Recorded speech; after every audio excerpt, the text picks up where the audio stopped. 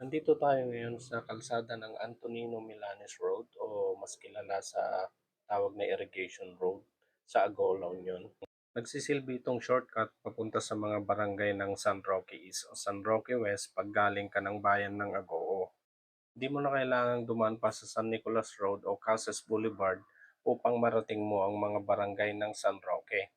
Maaari mo rin itong daanan kung papunta ka ng mga barangay ng Santo Tomas kagaya ng Tocok, Palsaan at paggaling ka ng Agoo, La Union. Makakatipid ka na sa gasolina at makakatipid ka rin sa oras mga kailyan. Kaya para sa mga hindi nakakaalam sa kalsada na to, magtanong lang kayo sa mga lokal na residente ng Agoo, La Union. Okay mga kailyan? Pag nalampasan natin mga kailyan yung lumpiang mga butirin ng San Antonino Milanes Road, ito na yung papasukan natin at lalabas tayo dun sa may bagsakan na po.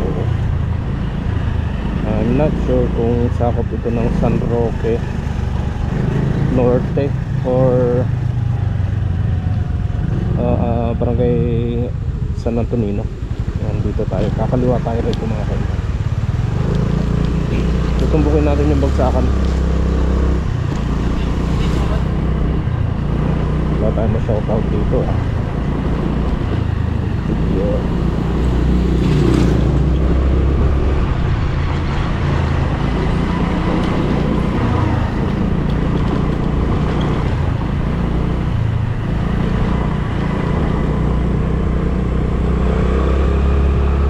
Barangay San Antonino na atay.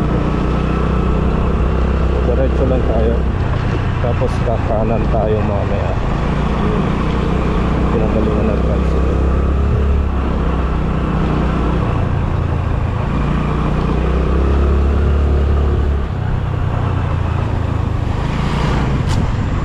Kasama natin ang Sion Tires siyempre sa ating biyahe na ito.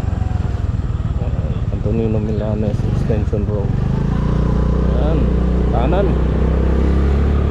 Then matutumbok na natin yung bagsakan dito sa may Bureau of Fire Protection. Ayan, mga fire station yan na.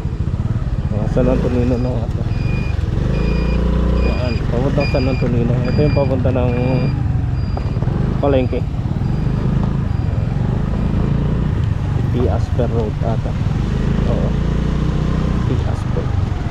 Okay, yun lang mo rin yan yung coverage natin for Barangay San Antonino Milanes Extension Road na nagsisilbing shortcut. Mga galing ng bayan ng Agoo, pag pupunta sila ng San Roque West, yan, doon sila dadaan sa irrigation. Hindi mo na kailangan dumaan doon sa may San Nicolas. Okay, yun lang po.